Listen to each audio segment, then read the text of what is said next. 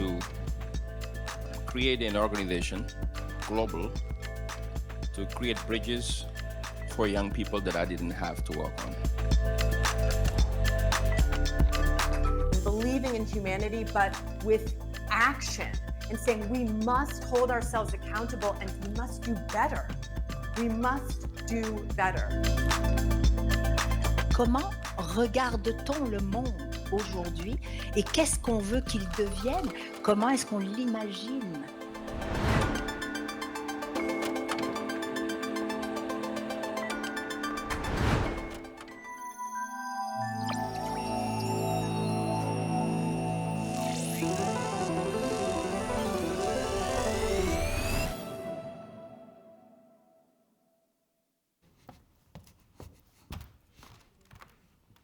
Bonjour et bon matin. Bienvenue à cette deuxième journée de MTL Connect. Comment allez-vous ce matin? Oh, ça manque de caféine. On va réessayer une deuxième fois. On est présent ici en humain, c'est pas un Zoom. Je vous vois. Bon matin? Ah, c'est bon, je sais. Excellent. Et bonjour aux chers internautes des quatre coins de la planète dans la francophonie qui nous suivent. Merci d'être ici avec nous en si grand nombre et merci également au public qui sont ici aujourd'hui dans la Satosphère qui est vraiment magnifique. Nous sommes à la SAT, Société des arts technologiques. Et la Satosphère, je vous avoue, c'est une salle chouchou. Je l'aime beaucoup et il y a beaucoup de potentiel de faire des choses cool. Et bref, c'est vraiment un plaisir d'avoir un événement techno, ici dans la Satosphère. Alors, on célèbre ce que Montréal a à nous offrir comme des belles salles, comme la Satosphère. Ah, bon, alors aujourd'hui, les thématiques que nous allons couvrir à travers cette journée de programmation, on va parler d'intelligence artificielle, de cybersécurité. Des fois, on va toucher aux deux dans les sujets qu'on va aborder aujourd'hui. Mais vous allez avoir une programmation riche si vous voulez en apprendre, si vous voulez échanger, réseauter. CMTL Connect, c'est la place parfaite pour ça. Juste pour vous dire un peu, pour vous situer, ici, on est au 3e étage. Il y a la Satosphère, une aire pour un peu de networking. Si vous descendez au 1er étage, il y a un salon d'innovation où on peut découvrir nos partenaires et une deuxième scène également. Donc, si vous regardez la programmation, vous pouvez jongler entre les deux différentes scènes et voir la programmation qui vous titille. À l'écran, on voit un écran, un code QR. Si jamais ça vous intéresse et vous ne parlez pas français, puis vous me regardez depuis tout à l'heure, puis vous ne comprenez rien, vous pouvez scanner le code QR et connecter avec votre téléphone intelligent. C'est traduit en anglais et en arabe en live, qui est quand même très cool. Donc, si jamais ça vous tente de le tester et que vous me comprenez, là, et que vous faites des hochements de tête, mais que ça vous tente quand même de le tester, c'est quand même une belle technologie. Vous pouvez scanner le code QR à l'écran. Bon. Sans plus tarder, j'aimerais tout de suite vous présenter mes conférenciers pour cette première conférence.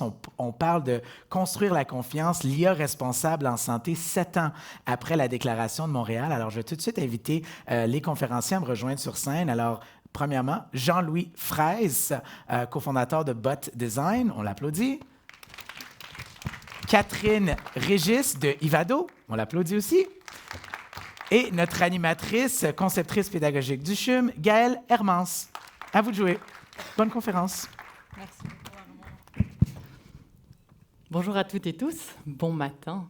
Quel honneur de démarrer cette journée dans un si beau lieu avec vous, animer cette grande conférence. Je m'appelle donc Gaëlle Hermance, conceptrice pédagogique au CHUM. Et j'ai le plaisir d'avoir deux invités avec moi sur scène qui vont nous apporter un regard croisé France-Québec sur ce panel. Donc à côté de moi, Catherine Régis, professeure de droit à l'Université de Montréal, titulaire de la chaire en IA Canada CIFAR et de la chaire sur la diplomatie scientifique et la gouvernance mondiale de l'IA du Fonds de recherche du Québec. Vous êtes également chercheuse à MILA et directrice de l'innovation responsable et des politiques internationales à Ivado. Vous avez participé à l'élaboration de la Déclaration de Montréal, dont nous allons parler aujourd'hui, sur le développement responsable de l'IA. Et puis Jean-Louis Fraisse, venu tout droit de France, bienvenue encore une fois à Montréal. Vous êtes cofondateur de Bot Design, mais aussi un acteur de référence dans les solutions numériques de coordination des parcours de santé, un expert en santé numérique et membre de la cellule éthique du Conseil numérique en santé. Vous intervenez également à l'université sur les enjeux éthiques et réglementaires de l'IA et êtes vice-président de Sophia Santé, la société savante francophone dédiée à l'intelligence artificielle. Avant de nous plonger dans le cœur du sujet, je vous propose un mini brise-glace. Si vous deviez qualifier l'intelligence artificielle en un mot ou en quelques mots, lesquels choisiriez-vous? Premièrement, demander à un universitaire de répondre à un mot, c'est un défi. Je dirais catalyseur pour moi, parce que je pense que l'IA déclenche des réactions dans tous les domaines, chez les individus, dans nos institutions. Donc, je pense que c'est comme ça que je le qualifierais. Catalyseur. Jean-Louis? Alors, moi, je la qualifierais évidemment, source de progrès. On y reviendra, j'imagine, mais avec quand même beaucoup d'attention sur la durabilité et l'impact que ça va avoir au niveau de notre planète. Un progrès à prendre donc avec des pincettes. Vous l'aurez compris, cher public, nous abordons aujourd'hui un thème qui est en évolution, en révolution, pour prendre notre thème de l'année, ces dernières années. L'intelligence artificielle que l'on veut responsable. Depuis la fameuse déclaration de Montréal en 2017, les réflexions sur l'éthique et la gouvernance de l'IA ont pris de l'ampleur, particulièrement dans le domaine de la santé. Mais comment ces principes se traduisent-ils concrètement sur le terrain et comment pouvons-nous collectivement bâtir des cadres de confiance qui favorisent l'innovation tout en protégeant les citoyens, citoyennes? Pour commencer, on a envie de savoir un peu qui est-ce qu'on a en face de nous. Alors, je vous propose un petit sondage à main levée. Et quand il s'agit de donner une réponse de 1 à 5, je vous propose d'utiliser vos doigts. Première question, qui parmi vous utilise déjà un outil d'IA dans son travail? Pas pour le quotidien, pas pour la liste de courses, mais dans le travail. On voit quand même que MTL Connect réunit des fervents utilisateurs déjà. Sur une échelle de 1 à 5, à quel point vous sentez-vous à l'aise avec l'utilisation de l'IA? Alors, je dirais, je vois des 2, des 4, 5, 2. C'est mitigé. Qui a déjà entendu parler de la Déclaration de Montréal? On va peut-être un peu la vulgariser. Et puis, on souhaite savoir si vous êtes plutôt optimiste ou pessimiste. Quant à l'intelligence artificielle, je propose aux optimistes de lever la main. Ok, on en a beaucoup aussi, les pessimistes. Ok, il y en a. Et des neutres? Personne qui se positionne moins? Oui? Bon. Merci beaucoup, ça nous donne un bon aperçu de là où nous en sommes collectivement. Passons maintenant à notre panel et à notre premier objectif. On a envie de situer l'évolution de l'IA éthique et responsable depuis la Déclaration de Montréal. Catherine, Jean-Louis, quand vous regardez ces dernières années, depuis la Déclaration, qu'est-ce qui a changé concrètement dans la façon dont on pense et encadre l'IA? Tout d'abord, bonjour tout le monde. Je suis vraiment ravie d'être ici. Je pense qu'on voulait que j'explique un petit peu la Déclaration de Montréal sans trop m'étendre. Alors, c'est quand même une boussole éthique, si je puis dire, qui a été développée, là, comme vous le mentionniez, en 2017, qui, je dirais que la méthodologie est assez originale et c'est ce qui fait qu'on en parle encore beaucoup, outre la qualité du produit, si je puis dire, mais c'était vraiment des experts qui se sont réunis pour définir des principes. Et là, rappelez-vous, on était, il y a déjà en IA, là, ça fait une éternité, là, quand on parle de 7-8 ans, qui définissait qu'est-ce qu'on pourrait avoir comme principe pour guider nos actions dans ce secteur-là. On voyait ce qui allait se passer. Et on a combiné ça avec une consultation des citoyens de différentes façons. Là, il y avait une méthodologie très précise pour le faire.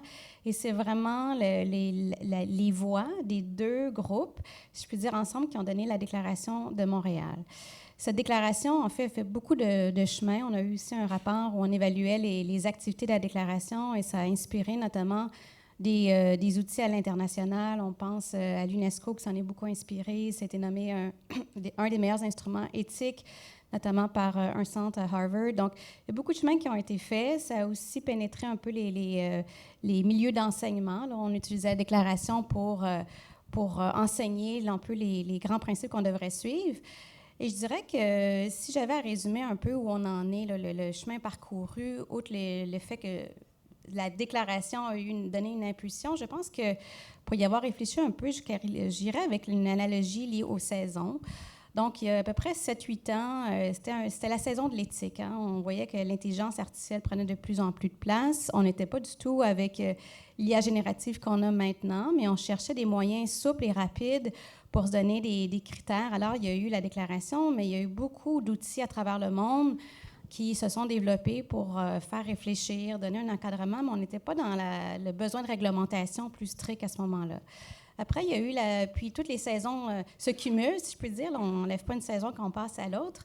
Mais après, il y a eu la saison de l'encadrement juridique. Alors là, on se disait, considérant les pouvoirs qui sont en présence, les enjeux économiques, l'impact que ça peut avoir sur tous les aspects de notre société, des choses auxquelles on tient aussi profondément, on réalisait qu'on avait besoin d'un encadrement plus strict, qui aurait des moyens d'imputabilité plus grands et plus contraignants. Je pense qu'un bon modèle, c'est le AI Act en Europe, mais il y en a une d'autre. Le Canada a tenté sa chance, mais finalement, ça n'a pas abouti. Donc ça, je dirais que c'est la deuxième saison. Puis la troisième, dans laquelle on se trouve maintenant, c'est l'ère de l'adoption. Alors, on a un discours, je dirais, à l'international, mais aussi chez nous, où on se dit maintenant, il faut pousser pour l'adoption. C'est vrai que le Canada est quand même en retard, là, comparativement des pays, plusieurs pays dans le monde, avec des économies développées notamment. Alors, on veut pousser pour l'adoption. Et là, je pense qu'on veut juste éviter l'hiver aussi. L'hiver serait vraiment une confrontation des différents pays là, qui chacun pousse dans leur direction, puis développer l'IA dans des secteurs qui nous préoccupent énormément. Donc, je pense qu'on est dans cette saison-là, mais l'IA, avec la Déclaration de Montréal, nous a aidé un peu à construire le fondement de nos valeurs au Québec. Elle est encore citée comme étant un peu notre pilier de valeurs, notamment dans le rapport du Conseil de l'innovation du Québec récemment, mais même au Canada, on en parle beaucoup. Et à l'international, quand je me promène, on dit souvent l'IA responsable, c'est tellement canadien comme expression, c'est devenu un peu notre signature. Merci beaucoup. Jean-Louis. Alors, d'abord, merci pour l'invitation, ravi d'être là. Et puis, merci à Dany et Barbara d'avoir rendu ce déplacement possible. Alors, évidemment, être à Montréal pour parler d'éthique dans l'intelligence artificielle, c'est extrêmement symbolique parce que, en fait, la Déclaration de Montréal, c'est donc quelques années maintenant, évidemment, on le sait. C'est passé dans les mœurs, mais surtout, depuis ces quelques années, il y a beaucoup de choses qui ont changé. Parce que M. Trump est revenu au pouvoir avec un impact important sur l'intelligence artificielle notamment, avec une concurrence accrue, débridée sur l'IA entre la Chine et les États-Unis et puis l'Europe, bien évidemment.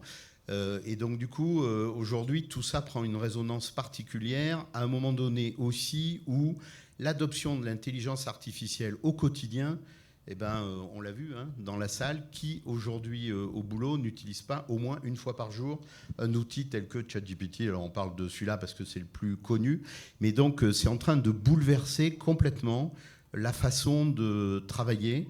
Et donc du coup, évidemment, ça a des impacts énormes. Alors quand on regarde ce que vous avez déployé dans la Déclaration de Montréal, moi, il y a des choses qui me font particulièrement écho. Évidemment, il y avait des mots comme inclusion, et on se dit qu'aujourd'hui, l'inclusion de toutes les personnalités en santé, notamment, donc des professionnels de santé et des patients, pour utiliser l'intelligence artificielle, on y reviendra, c'est des aspects de formation, bien sûr, c'est très important, mais aussi, on se dit, l'intelligence artificielle, parce qu'on ne le voit pas aujourd'hui, ChatGPT en France, un abonnement pour un particulier ou pour une entreprise, l'abonnement de base, c'est autour de 20 €, puisqu'on le sait, il y a une concurrence très forte entre les acteurs de l'IA. Donc c'est rien, mais peut-être que demain, au niveau planétaire, il y aura un certain nombre de pays qui auront accès à l'intelligence artificielle facilement et d'autres qui auront moins accès. Ça, c'est la première chose. La deuxième chose, moi, qui me frappe beaucoup, c'est toute la partie, on parlait dans la déclaration de Montréal, d'autonomie. Et donc, aujourd'hui, on se rend compte, par exemple, que rendre les personnes autonomes avec l'usage de l'IA, ça, c'est important. Mais il y avait un deuxième mot qui était accroché, si je ne me trompe pas, c'était la dépendance. Et quand on regarde ce qui se passe en termes de dépendance sur ces outils-là pour nos patients, en particulier avec les chatbots et avec le risque d'isolement social et tout ce qui va autour, cet élément de dépendance vis-à-vis de l'intelligence artificielle. Et puis on y reviendra tout à l'heure aussi sur les jeunes professionnels de santé qui bientôt pourront plus travailler sans demander à ChatGPT qu'est-ce que tu penses du cas clinique que j'ai devant moi. Ça prend aussi une résonance importante. Et la troisième chose, bon, il y en avait beaucoup plus que ça dans la déclaration de Montréal, mais j'ai choisi ces trois, c'est la durabilité écologique, puisqu'on se rend compte que quand on lit un peu les journaux, qu'on regarde la télé, on voit que dans certaines provinces des États-Unis, il y a des personnes qui n'ont plus d'eau parce que cette eau elle est utilisée pour refroidir les data centers. Et on travaille aussi sur ces sujets-là dans Sophia Santé. Et on se rend compte que quand on lit la littérature, demain, je ne sais pas si c'est possible ou pas, mais en tout cas c'est ce qu'on voit, on sera obligé de définir des domaines stratégiques de l'IA parce que ça sera tellement gourmand en électricité qu'il n'y en aura peut-être pas pour tout le monde si les choses ne changent pas, puisque évidemment ça change très vite. Mais en tout cas, c'est des enjeux qu'il faut qu'on travaille, qu'il faut qu'on adresse parce que c'est vraiment l'évolution de l'intelligence artificielle et l'impact que ça a sur nous. Merci Jean-Louis, ça nous fait vraiment 3 phares pour même guider l'avenir. On va revenir au présent, même en regardant, on a créé cette déclaration il y a 7 ans, mais quels héritages de la déclaration de Montréal restent encore très actuels aujourd'hui? Il y en a plusieurs. Pour donner quelques exemples, outre le fait que je vous disais, c'est comme les bases, c'est un peu l'attente qu'on a vers le développement de l'IA, du moins au Québec et au Canada. Donc, ça a défini notre standard, ce qu'on s'attend. Je pense que c'est important de garder cette vision-là. Mais il y a plusieurs projets très concrets. Je peux en donner en santé, puis après, je pourrais peut-être élargir un petit peu. Mais premièrement, dans la foulée de la Déclaration de Montréal, qui s'applique à tous les secteurs, santé et autres, mais il y a eu, premièrement, le CHUM, qui a développé un guide qui s'appuyait en grande partie sur la Déclaration de Montréal pour guider les innovateurs. Est-ce que je fais de l'IA responsable, l'innovation responsable? C'est quoi les outils? À quoi je dois penser? C'est quoi les stratégies? Donc, ça, c'est un exemple. C'était très concret là, pour, dès le départ, aligner le développement. Il y a aussi, j'ai travaillé avec un collègue, Marco Laverdière, un avocat et un chercheur, pour le développement d'un prototype de code de déontologie pour l'utilisation de l'intelligence artificielle par les professionnels de la santé. Donc, chez nous, les professionnels de la santé sont encadrés par des codes de déontologie là, qui ont une valeur contraignante. Et on se dit, à l'ère de l'IA, est-ce que ces codes-là, finalement, devraient être modifiés pour faire face à cette nouvelle réalité? Et on a proposé un prototype pour guider les ordres, s'ils voulaient faire des différentes interventions. Et on s'appuyait, entre autres, sur la Déclaration de Montréal. Donc, c'est toujours de faire ce pont avec les grands principes de la Déclaration, des secteurs plus précis ou des actions plus précises pour guider vraiment les acteurs sur le terrain qui ne savent pas toujours quoi faire avec des grands principes. Donc, ça, c'est des exemples. Mais après ça, on a une école d'été à Mila, l'Institut québécois d'intelligence artificielle, qui est sur l'IA responsable et les droits de la personne. Ça combine des gens qui sont du milieu de l'intelligence artificielle, des gens en droit, en sociologie, du milieu de pratique, des étudiants aux études supérieures. On a 23 nationalités représentées. C'est un petit groupe, là, mais quand même, c'est très inclusif. Donc, ça s'appuie beaucoup sur la déclaration, mais plus généralement, finalement, tout ce qui est les outils d'intelligence, d'IA responsable, les droits de la personne. On a aussi eu une pièce de théâtre récemment qui s'appuyait sur, encore une fois, les grands principes de la Déclaration de Montréal, qui amenait finalement cette réflexion au sein de la société. Je trouve ça extrêmement important qu'on réfléchisse tout le monde ensemble, mais qu'on trouve des moyens pertinents puis qui viennent chercher les gens dans cette réflexion-là. Hein. C'est pas juste de lire des documents, mais comment on peut être créatif dans nos moyens d'aller chercher les opinions, développer l'esprit critique.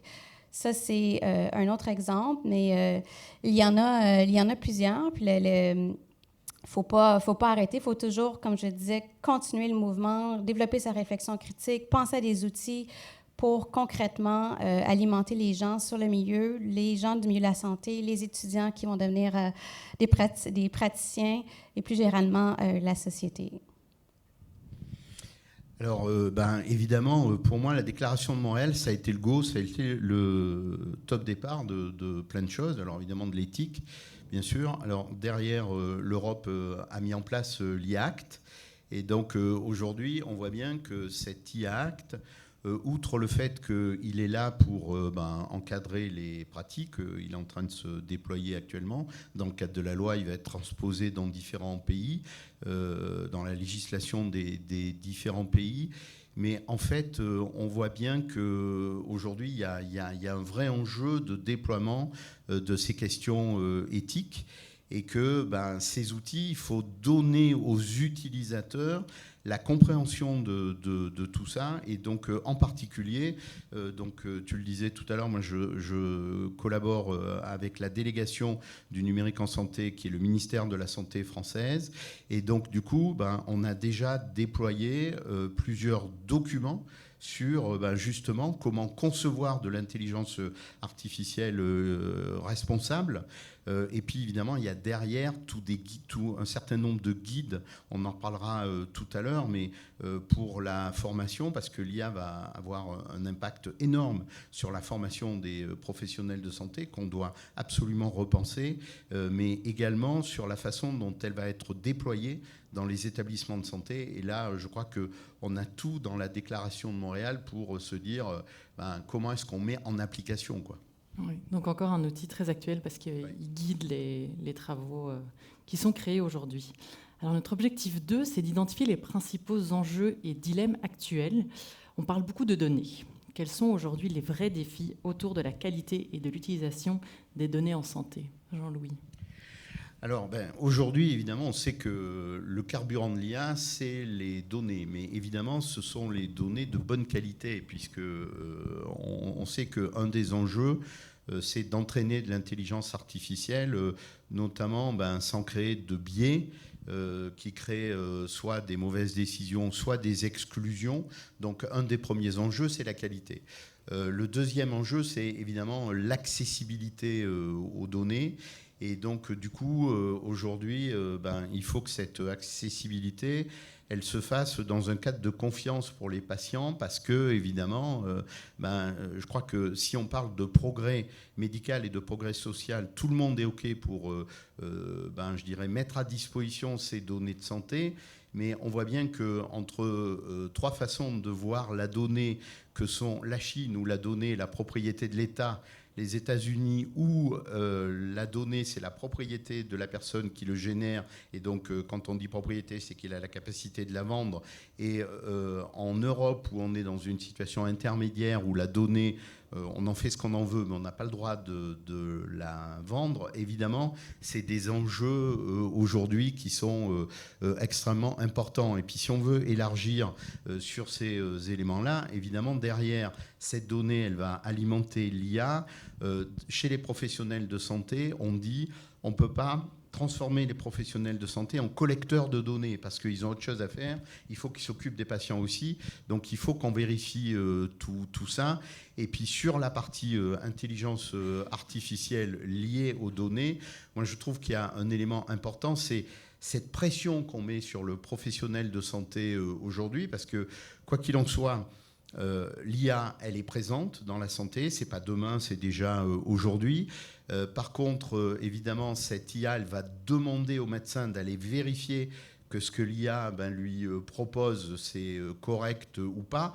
Parce que soit il va lui faire trop confiance avec des risques d'erreur, soit il va lui faire pas assez confiance et il va peut-être priver le patient de quelque chose. Et puis derrière, s'il y a un souci, les assureurs vont dire « Ah ben oui, mais vous n'avez pas vérifié » ou alors « Ah, mais vous n'avez pas utilisé l'IA, donc il y avait une perte de chance ». Et donc aujourd'hui, on doit proposer à ces professionnels de santé des labels, on y reviendra. Et donc c'est par exemple des sujets comme des cadres de confiance qui ont été d'ailleurs publiés cet été, qui nous viennent des États-Unis. Il y en a un qui s'appelle FAIR, qui a été publié par des hôpitaux de la côte Est, si je ne me trompe pas, et donc du coup qui propose plusieurs choses de manière à ce qu'on puisse déployer l'intelligence artificielle de manière sécurisée. Elle propose d'abord de mettre des moyens en termes de formation et de recensement, mais également elle propose de voir le bénéfice-risque de ces intelligences artificielles, puisqu'on imagine bien que plus le niveau de risque est élevé et plus on va devoir traiter les choses de manière forte. Et puis il y a cette notion de labellisation pour que justement un professionnel de santé puisse utiliser des solutions d'IA en ne se disant pas toujours, mais est-ce que ce que l'IA me dit, c'est bien réel, même s'il doit le faire? Parce que sinon, cette IA qui doit être là pour lui faire gagner du temps, eh ben, elle va le mettre dans une situation intenable. Et donc, du coup, aujourd'hui, on travaille sur la mise en œuvre de ces exemples dans les hôpitaux français. D'ailleurs, la prise en charge de l'éthique de l'IA fait partie des nouvelles recommandations de la HAS, et les experts visiteurs, quand ils labellisent les hôpitaux français, vont regarder ce qui est mis en œuvre dans ces établissements. Merci beaucoup. Peut-être un petit aperçu juridique de ces données. Plusieurs éléments, puis je pense que Jean-Louis l'a bien mentionné, les grandes questions, c'est beaucoup lié à l'accès et la qualité. Plus généralement, je suis certaine que vous en avez entendu parler, c'est quand même très présent là, dans les préoccupations, puis les discussions dans le monde juridique et éthique, c'est les impacts que ça peut avoir sur la vie privée. Donc, évidemment, ce que vous rentrez dans la machine, il faut faire attention. Et aussi, non seulement ça, parce que ça peut permettre d'identifier des gens, mais aussi, des fois, c'est les amalgames en différentes données qui peuvent ultimement mener à cibler des personnes et même des groupes de personnes. Donc, qui peut avoir des caractéristiques plus sensibles. Donc, ça, je dirais, c'est une préoccupation qui est fortement discutée. J'irai avec la qualité, puis ensuite, je vais parler de l'accès, peut-être avec une perspective plus canadienne sur la question. Il y a plusieurs enjeux de qualité. Puis là, ça pourrait être une longue conversation. Je vais essayer d'en cibler quelques points. Mais qu'est-ce qui fait qu'on est préoccupé par la qualité des données dans l'intelligence artificielle, puis le fait que ça peut mener à de la discrimination envers certaines populations? C'est que, premièrement, des fois, les données ne représentent pas suffisamment certains groupes de la population. Donc, finalement, ce qui va sortir comme prédiction, finalement, va pénaliser ces personnes-là, ne va pas représenter suffisamment leur réalité. Puis, on l'a vu en santé, il y avait des exemples concrets là, où, en dermatologie, finalement, les personnes avec les peaux plus foncées finalement, avaient moins de chances d'être bien diagnostiquées. On sous-diagnostiquait avec la machine. Donc, ça, c'est des exemples précis. Il y a aussi deux autres aspects que je pourrais mentionner. Je lisais une étude récente menée par notamment l'Institut sur la sécurité de l'IA du Royaume-Uni, où on peut empoisonner les données. C'est-à-dire qu'avec aussi peu qu'on disait 250 documents qu'on rentre dans la machine, puis là, je pense évidemment de l'IA plus générative, on peut changer la réponse. Alors ça, si vous vous y mettez de manière volontaire ou involontaire à essayer de transformer ce qui va en sortir, vous pouvez le faire de manière assez importante. Donc ça, c'est un autre risque. Donc on peut avoir des bonnes données au départ. On sait qu'on n'est pas rendu là. Il y a beaucoup d'enjeux pour avoir des bonnes données. Mais finalement, ça peut aussi être manipulé par la suite. Et ensuite, je dirais qu'il y a le fait que même si on a des fois des bonnes données, c'est bien représentatif, on connaît les limites des populations qui ne seraient pas visées, puis on en informe, par exemple, les médecins, c'est que des fois, on va faire des proxys. Ce que je dirais, c'est, par exemple, on va lier, la personne qui crée l'algorithme va faire des liens entre des données pour mener avec différents facteurs, pour mener à des prédictions. Puis des fois, ces liens-là peuvent reproduire des biais, des inconscients ou des préjugés qu'on a.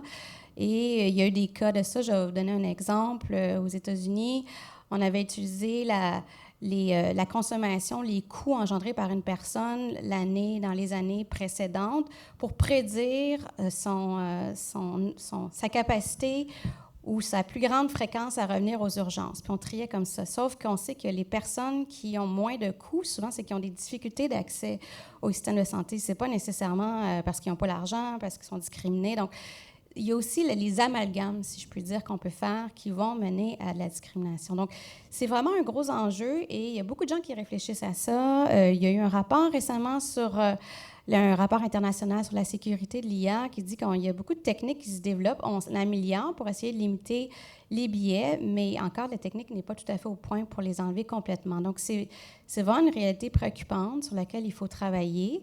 Mais si je veux être un peu provocatrice, je dirais, est-ce qu'on peut imaginer aussi, parce que les humains, notamment dans le secteur de la santé, ont beaucoup de biais, on a énormément d'études là-dessus.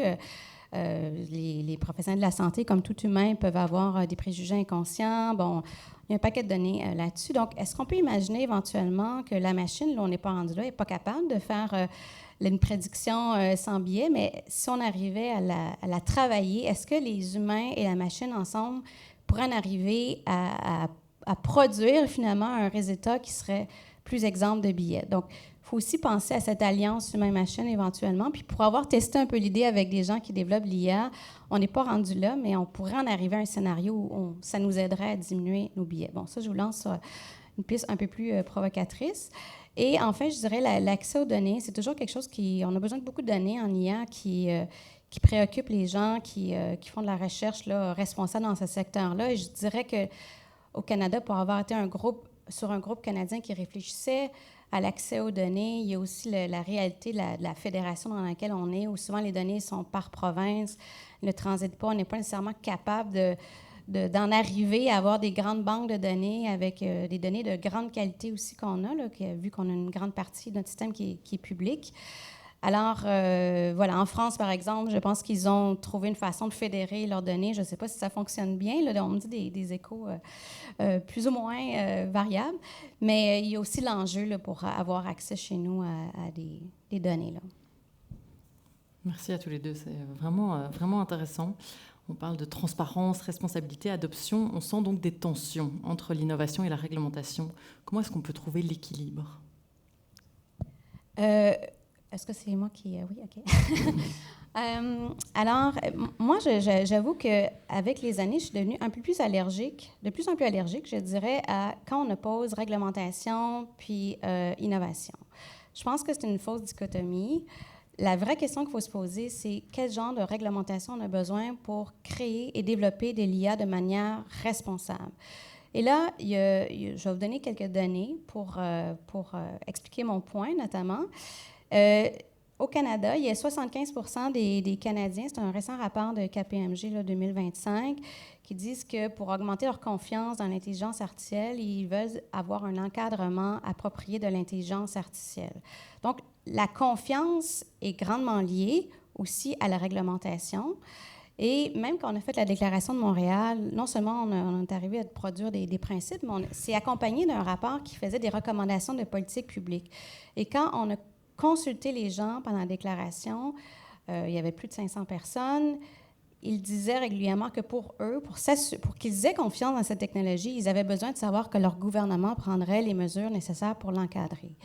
Et si vous n'avez pas confiance dans l'intelligence artificielle, c'est sûr que ça va avoir un lien sur l'adoption de l'intelligence artificielle. Et d'ailleurs, le Canada est sur les pays de l'OCDE, je pense qu'il est 25e ou 27e sur 30 dans l'adoption. Donc, pour moi, ces trois choses-là sont liées ensemble. Donc, confiance, adoption et réglementation. Puis, on sait qu'il y a beaucoup plus de choses que l'encadrement juridique, l'encadrement contraignant, qui a de l'influence sur le développement de l'IA. Il peut y avoir l'accès à du capital de risque. Bon, de juste focusser sur la réglementation dans un sens très large. Réglementation égale, on n'a plus accès à de l'innovation. Je pense que c'est vraiment quelque chose qu'il faut travailler, il faut nuancer. Et là, la vraie question, c'est quel type d'encadrement on a besoin pour justement essayer que les gens bénéficient de cette technologie, mais aussi prévenir les risques qui viennent avec. Et honnêtement, la réglementation ou les réflexions juridiques sur la question ont quand même dû s'adapter. Il y a eu beaucoup de développement, par exemple, de ce qu'on appelle les sandbox, c'est quoi en français? Les boîtes, les bacs à sable, pardon. Bacs à sable réglementaires, donc on permet des espaces où on teste finalement la technologie dans un encadrement, puis après ça, on définit là, à la pièce, puis après ça, on essaie de voir comment ça peut influencer plus généralement la technologie ou les modalités de réglementation. Donc, on dit ça va vite, le droit est plus une logique de long terme, prévisibilité, pour que les gens puissent savoir à quoi s'attendre, mais on sait qu'on doit trouver des modalités finalement là, avec les standards, les bacs à sable réglementaires, qui nous permettent de jouer de manière plus agile avec cette réalité. Alors, c'est ce que je dirais là-dessus.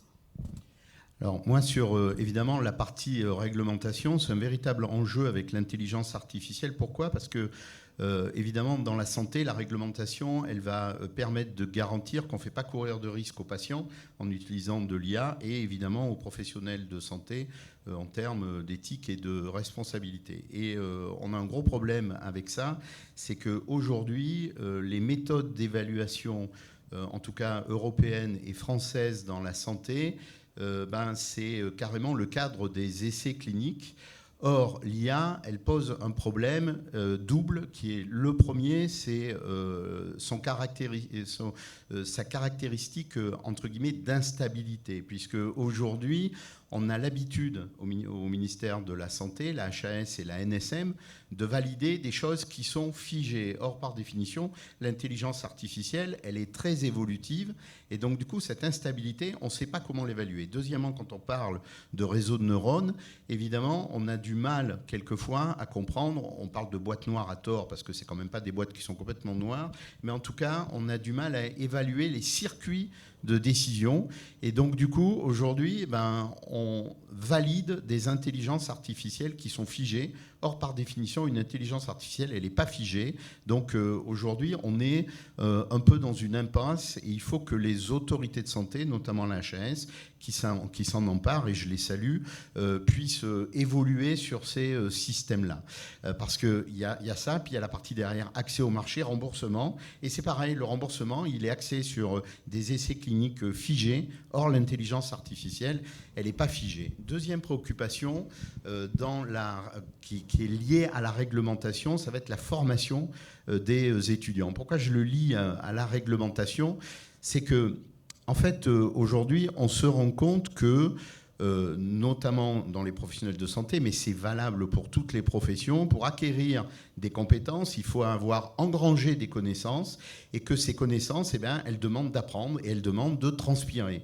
Or, quand on voit ce qu'on peut faire avec de l'intelligence artificielle, qui non seulement vous met à disposition la connaissance, mais vous la digère, mais vous la présente correctement, avec souvent des documents produits, alors je n'ai pas dit toujours, mais souvent des documents produits qui le sont plus rapidement et de meilleure qualité, on se dit, mais enfin, comment est-ce qu'on va continuer à faire que les étudiants transpirent pour apprendre? Et puis si on le croise avec une deuxième donnée, c'est qu'aujourd'hui on voit que la moitié des internes en médecine et en pharmacie d'ailleurs utilisent de l'IA déjà aujourd'hui, ChatGPT, pour faire un pré-diagnostic, c'est-à-dire en se rendant au lit du patient, ils se disent, ah ben oui, monsieur Frey, s'il a tel ça me fait penser à quoi?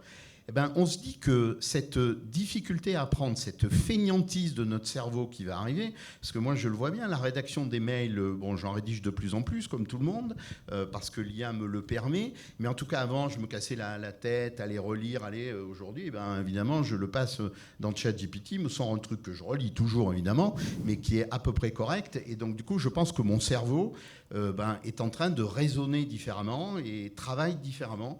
Et on travaille justement avec les doyens des facultés de médecine, de pharmacie, de santé, de manière à se dire, mais si on ne fait pas quelque chose, la façon d'apprendre, pas après-demain, demain, il va y avoir un vrai problème d'acquisition de la compétence, ça c'est évident.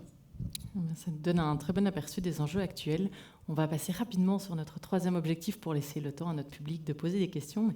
On voudrait explorer les pistes d'action et de collaboration. Donc, quelles pistes concrètes voyez-vous pour favoriser une IA responsable et adoptée par tous et toutes? Jean-Louis. Moi, ce que j'aurais envie de dire, c'est qu'on se trouve là, au Canada, sur une plaque tournante entre la Chine et les US, où on a l'impression qu'il n'y a pas de réglementation et qu'on est sauvage dans l'adoption de l'intelligence artificielle, c'est que le meilleur gagne et à n'importe quel prix. Excusez-moi d'être un peu provoque, mais en tout cas, c'est un peu comme ça que je le ressens. Et puis, de l'autre côté, il y a les Européens, alors avec l'IACT, où on se dit attention, il ne faut pas y aller trop vite, parce que si jamais on prenait trop de risques, ça serait un problème. Et donc, du coup, bien sûr que je milite pour l'IACT, et j'y ai contribué, et je milite pour qu'il soit développé, mais je pense qu'on peut chercher des voies intermédiaires pour que les gens s'entendent sur ces sujets, parce qu'on voit bien que ça va être l'objet d'une guerre commerciale, mais aussi d'une guerre éthique. Et je pense qu'on est en capacité de amener en collaboration des choses qui vont faire que les uns et les autres se comprennent mieux. Mais c'est peut-être un peu idéaliste. Un bon mélange d'audace et de prudence. On s'inspire du monde au complet. Catherine. Je dirais une chose très concrète, puis quelque chose de plus le niveau international. Tout d'abord, pour avoir travaillé sur la question dans un cadre d'un projet, si je parle aux professionnels de la santé, plus spécifiquement les médecins, sur quoi portait l'étude, mais une des conditions qui font qu'ils vont davantage adopter l'intelligence artificielle, il y a plusieurs facteurs. Un, ils veulent la clarté sur leurs responsabilités, c'est ce à quoi ils doivent s'attendre, sur quoi ils vont être responsables, qu'est-ce qu'ils doivent vérifier. Donc, on doit les épauler à cet égard-là, leur fournir les outils, la formation, etc. Et un autre élément que je trouve intéressant, c'est qu'ils veulent avoir des espaces où ils peuvent tester la machine, jouer, entre guillemets, avec la machine, apprendre à utiliser l'outil, donner la rétroaction pour qu'elle s'adapte aux besoins. Donc, il faut leur donner des espaces d'innovation, finalement, et donner le temps. Temps, une ressource très précieuse dans le domaine de la santé, nous le savons. Alors, c'est ça. Pour, je dirais, l'international, c'est sûr qu'il y a beaucoup de turbulences en ce moment. Je n'ai pas besoin de vous faire un dessin. Je pense que tout le monde comprend un peu le paysage international qui résonne beaucoup pour les Canadiens. Il faut s'adapter, c'est sûr. On a une nouvelle réalité, mais je pense qu'il ne faut pas perdre de vue nos valeurs, notre base. Et là, je reviens à la Déclaration de Montréal. On a travaillé sur un projet commun qui est devenu un peu nos valeurs, notre base. Et il ne faut pas l'acheter complètement par-dessus bord, parce que là, il y a un monde où on nous presse d'adopter de l'IA tout azimut pour ne pas mettre de limites. Je pense qu'il faut trouver un équilibre, parce que c'est vrai qu'on a des défis d'adoption. Je pense qu'on peut faire mieux. Il faut augmenter la confiance. Il faut donner c'est pas juste de développer une machine puis espérer qu'elle va atterrir dans la pratique. Il faut faire des liens, comme je disais, avec l'éducation, comment travailler avec, voir la valeur ajoutée, la transformer aux besoins. Il faut connaître ces espaces-là, mais gardons le cap sur ce qui est important sur nous dans ce monde en turbulence, mais avec une capacité de s'adapter aussi. Merci beaucoup à tous les deux pour votre expertise qui nous donne vraiment ces contrastes et ce regard croisé. Je vais laisser la parole au public pour vos questions. Il y a 2 micros, je pense, de chaque côté de la scène. N'hésitez pas à vous présenter avant de poser votre question. Je vous en prie. Je crois qu'il faut se lever, aller au micro. Hein. Exactement. Très bonne indication, Jean-Louis. Gauche. Bonjour, merci pour la qualité des interventions. Donc, je viens tout droit du Maroc. Et donc, il me vient à l'esprit d'évoquer Antonio Gramsci, qui a parlé le basculement entre 2 mondes.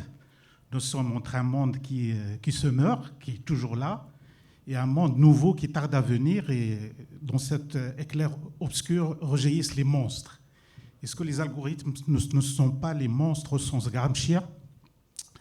Et je pose la question, évidemment, il y a cette conscience des académiciens, des professionnels, de la représentation, de la corporation, mais est-ce que c'est assez pour démontrer les monstres ? On parle de la Déclaration de Montréal, effectivement. Est-ce qu'il ne faut pas passer à quelque chose de beaucoup plus fort, beaucoup plus coercitif à l'échelle internationale ? Et le deuxième versant de ma question, pour des pays en développement et forcément dans une situation de rattrapage, s'il y a des choses à refaire, vous pensez à quoi pour permettre à ces pays de profiter de cette situation de rattrapage ? Merci. Merci à vous. Alors ça, c'est une vraie question parce qu'on sort du Covid et du coup, pendant le Covid, une des premières choses qu'on a eu à gérer, c'est la mise à disposition des vaccins à toute la population mondiale. Parce que, et on a vu d'ailleurs que la mise à disposition des vaccins par certains pays, c'était un vrai enjeu politique, puisqu'ils les ont vendus à très bas prix, d'ailleurs, ont mis à disposition à très bas prix, avec des arrière-pensées politiques, mais en tout cas, ça a sauvé beaucoup de gens. Je pense qu'on va avoir la même préoccupation entre l'intelligence artificielle et les vaccins. Alors, c'est peut-être un peu réducteur, mais en tout cas, moi, j'essaie toujours de me raccrocher à des choses. Et donc, moi, je pense que il va falloir qu'on trouve une solution pour réguler cette mise à disposition. Et moi, ce qui m'inquiète le plus actuellement, c'est que, je l'ai dit tout à l'heure, les solutions d'intelligence artificielle, elles ne coûtent rien aujourd'hui. Et demain, on va vivre la même chose que dans l'Internet, c'est-à-dire qu'à un moment donné, il va y avoir un décrochage et puis il va y avoir plus que 2 ou 3 sociétés qui vont rester. Et là, on va voir les prix qui vont être multipliés par 50, 100. Et là, on va parler vraiment de souveraineté parce qu'on va être dépendant de ces technologies-là. Et moi, je pense, mais c'est sûrement ma naïveté en vieillissant, mais j'ai l'impression que la sortie finale, elle va être dans les mains des citoyens. Et je pense qu'il faut qu'on s'organise aussi avec la base, qu'on informe les citoyens et que les gens soient acteurs de ces choses-là, parce que, je veux dire, aujourd'hui, je crains bien que la réglementation internationale elle soit dans les mains de 2 pays, que sont les États-Unis et la Chine, et que, modestement, moi, je n'ai pas de réponse par rapport à ça. Et je pense que la vraie réponse, c'est les citoyens, parce que l'enjeu, tout ça, pour moi, c'est la durabilité, et puis c'est l'accès à l'intelligence artificielle, aux outils d'intelligence artificielle par les professionnels de santé de tous les pays du monde. Ça, c'est sûr. Ce que j'ajouterais, c'est que, puis là, je reviens à mes saisons du début, il y avait puis je travaille beaucoup dans l'espace international, donc c'est une chose à laquelle je réfléchis, mais je pense que l'appétit pour un encadrement plus strict, par exemple un traité, à l'international, n'est pas au rendez-vous. Pas en ce moment. Ça, il faut vivre avec. Là, il y a une espèce de... Il y a un momentum qui s'articule autour, on va voir où ça va mener, là, mais autour de l'idée d'avoir des lignes rouges sur vraiment les choses qui... Parce que ça dépasse les frontières, l'impact sur un pays peut avoir un impact sur l'autre, sur les individus. Bon, donc, il faut vraiment être capable de monter, finalement, notre collaboration et nos standards à l'échelle internationale avec un contexte peu d'appétit. Mais là, il y a un mouvement sur vraiment le minimum sur lequel on peut s'entendre, que tous les pays n'ont pas intérêt à ce que ça arrive, que ça soit utilisé pour provoquer des incidents nucléaires, attaquer finalement les gouvernements. Donc, il y a des choses sur lesquelles on essaie de s'entendre. On va voir ce que ça va donner. Je pense qu'il ne faut jamais lâcher. Il faut toujours, petit pas, on continue. Alors, moi, c'est vraiment ma philosophie. Et je dirais que dans ce contexte-là, où on te dit, bon, il y a moins d'appétit, il y a de l'appétit pour la collaboration internationale, mais pour un encadrement strict, là, on est ailleurs. Et des fois, il y a des manipulations qu'est-ce qu'on veut à l'échelle internationale, mais bon, bref. Alors, je pense que pour y avoir réfléchi, ce qui nous reste en commun, puis une stratégie pour influencer cet espace-là, puis trouver de la collaboration entre les pays, je pense que c'est la recherche. Et je vais m'expliquer. Donc, j'ai une chaire sur la diplomatie scientifique et justement cette question de ce qu'on appelle le pouvoir intelligent, le smart power, où tu combines différentes stratégies de pouvoir. Il y en a des stratégies de pouvoir dur, des plus souples.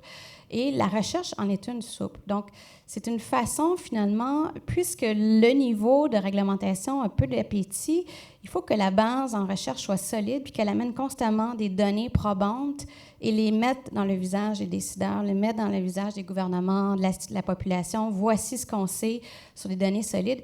Et là, ça crée un mouvement pour forcer l'action puis définir, finalement, des consensus. Ce que j'appelle le pouvoir d'influence de la recherche.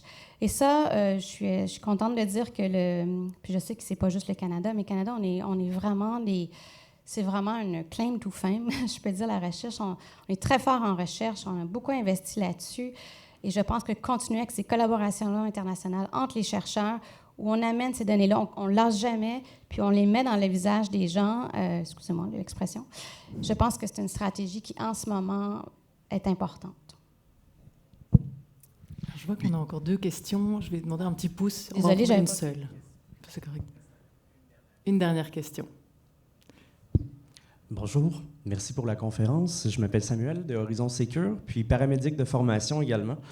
Je voulais savoir, dans le fond, la Déclaration de Montréal a fonctionné. On le sait, vous l'avez dit tout à l'heure. Ça a fonctionné, ça a encore de l'impact aujourd'hui, mais ça commence à dater. Monsieur a mentionné que l'intelligence artificielle est très évolutive. D'où ma question, sachant que du côté politique, c'est complexe de mettre des barèmes autour de l'intelligence artificielle, est-ce que vous pensez d'envisager une déclaration de Montréal version 2 pour devenir plus en accord avec l'IA générative d'aujourd'hui? Merci. Il y a des gens qui y pensent. C'est un projet colossal, je vous dirais quand même. Les ressources humaines, puis si on veut faire quelque chose d'aussi grande qualité, il y a quand même des principes généraux qui demeurent, de la responsabilité, l'autonomie, mais les principes sont accompagnés de sous-principes plus granulaires, puis c'est probablement effectivement une mise à jour qui serait intéressante à faire. Ceci dit, et je reviens encore à mes saisons, je m'en viens vraiment comme une personne qui se répète constamment, mais Je pense que le temps de l'éthique est là, il a laissé sa trace, mais que là, on est rendu dans des phases où c'est un outil important, mais qui doit s'aligner avec finalement un souci d'avoir des normes plus contraignantes, de travailler des mécanismes d'adoption, de confiance. Donc, il faut travailler aussi avec où on en est, je dirais, dans ces saisons-là. Et donc, oui, c'est important. Ça serait le fun de le faire, ça serait pertinent. On peut le faire par secteur, pas juste avoir un grand modèle comme ça. Le système de la santé, par exemple, pourrait travailler sur une déclaration de... Mais je pense qu'on est aussi rendu dans une phase où il faut passer à une vitesse un peu plus encadrante, un peu plus stratégique sur l'adoption aussi. Moi, je pense quand même que la déclaration de Montréal, elle date pas du tout, hein, et que je pense aussi que, comme on dit toujours, il faut faire des lois supplémentaires, il faudrait déjà appliquer correctement et opérationnaliser correctement celles qu'on a. Et je pense qu'on a tout déjà pour mettre en œuvre tout ça. Et on n'a pas répondu à votre première question, monsieur, qui était la question du monstre. Et en une minute, moi, je voulais faire le parallèle avec l'écriture. Puisque vous savez, quand l'écriture est arrivée, pour moi, je le juxtapose avec l'IA, on a dit, le fait de savoir écrire, ça va enlever aux gens qui avaient tout dans la tête, leur savoir, et donc du coup, tout va se diffuser différemment, ça va être l'anarchie complète.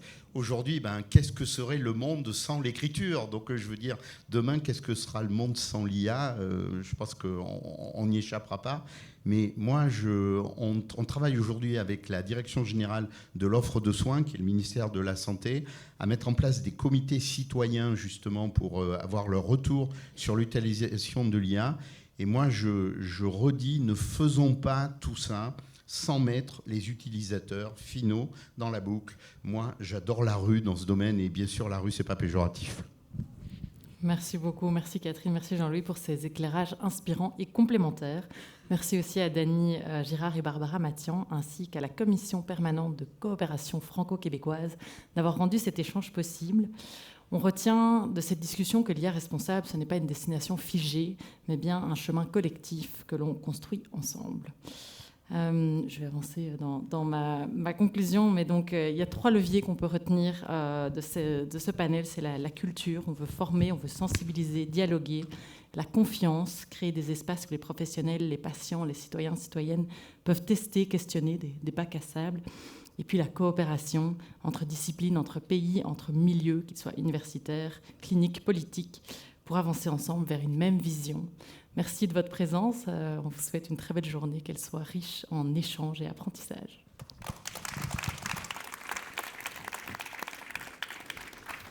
Bravo, merci beaucoup.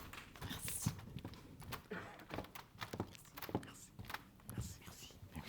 Merci beaucoup encore, Jean-Louis, Catherine, et pour l'excellente modération, Gaël. On va prendre une toute petite pause, n'allez pas trop loin. On va tout de suite enchaîner avec la prochaine grande conférence. Alors, 1 ou 2 minutes, on se retrouve, n'allez pas trop loin. On continue le show. À tout de suite.